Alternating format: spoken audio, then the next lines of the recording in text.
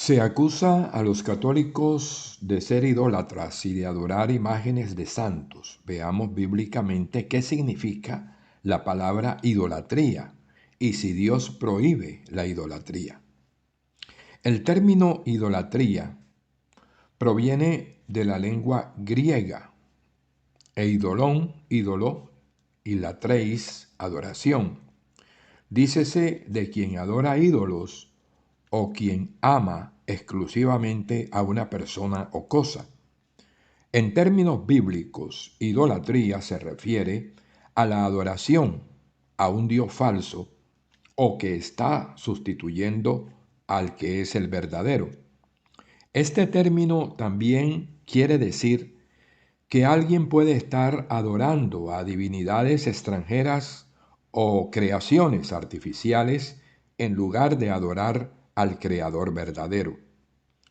Los semitas de Mesopotamia adoraban a las montañas, a los árboles y ríos que tenían como dioses.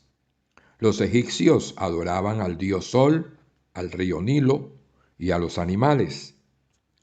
En el Antiguo Testamento, el pueblo israelita conocía la idolatría como el culto a otro dios fuera de Yahvé. Deuteronomio 6, del 4 al 9. La idolatría es un pecado contra el primer mandamiento. El término se utiliza también para describir una excesiva preocupación en las cosas materiales. Efesios 5:5, Colosenses 3:5. La idolatría consiste en divinizar lo que no es Dios. Hay idolatría desde el momento en que el hombre honra y reverencia a una criatura en lugar de Dios. Es idolatría poner una persona, cosa o deseo por encima de Dios. Al hablar de idolatría es preciso aclarar sobre otro tema como son las imágenes, que son simplemente representaciones artísticas de Jesús, de María, de los santos. Las imágenes son simplemente una ayuda pedagógica para la oración del cristiano. Siempre las imágenes han acompañado al ser humano que ha usado pintura, figuras, dibujos, esculturas, signos para comunicarse o explicar una realidad que generalmente no puede hacerlo con palabras. La Biblia prohíbe la idolatría como actitud de adoración a dioses falsos, pero no prohíbe las imágenes en sí mismas, sino cuando éstas son adoradas por el hombre en lugar de Dios. Recordemos que Dios en el Antiguo Testamento ordenó o permitió la institución de imágenes. Tenemos algunos ejemplos. En el libro de los Números 21 del 4 al 9, en el libro de la Sabiduría, capítulo 16 del 5 al 14, o en el Evangelio de Juan, capítulo 3, versículo 14 al 15, Dios ordenó hacer una serpiente de bronce. En el libro del Éxodo, Dios ordena a Moisés colocar grandes estatuas de querubines junto al arca de la alianza. Estas no eran para la idolatría. Éxodo 25, del 18 al 20. Igualmente, en el interior de la sala del Santo de los Santos, hizo 2 querubines revestidos de oro. 2 Crónicas 3:5.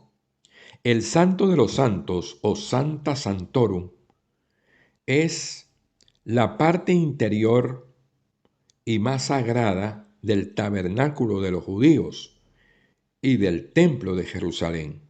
En el Santo Sanctorum era preservada el arca de la alianza que contenía los 10 mandamientos.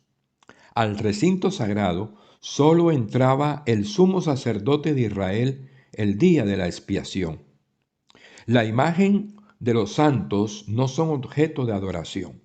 El creyente sabe que al único que se le rinde culto de adoración es a Dios, Padre, Hijo y Espíritu Santo. A ellos se le rinde exclusivamente culto de adoración o latría. A los santos se les rinde culto de veneración o dulía, que es un respeto hacia ese cristiano que ha sido canonizado por la Iglesia y que hace parte de los santos o del santoral.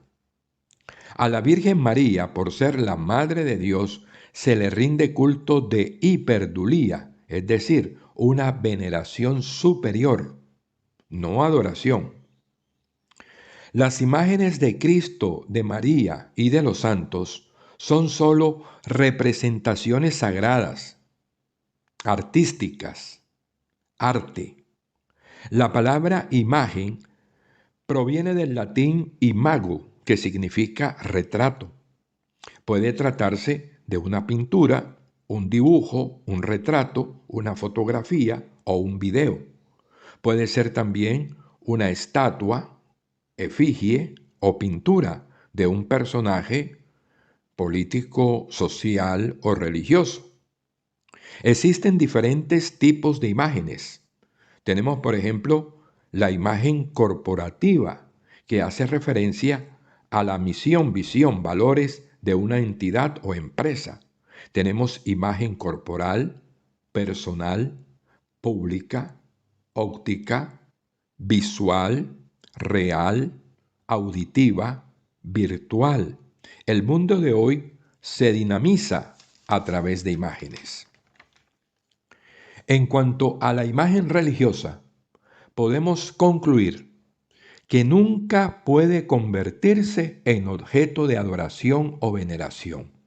El creyente católico no es idólatra porque no le rinde culto ni veneración ni adoración a imagen alguna.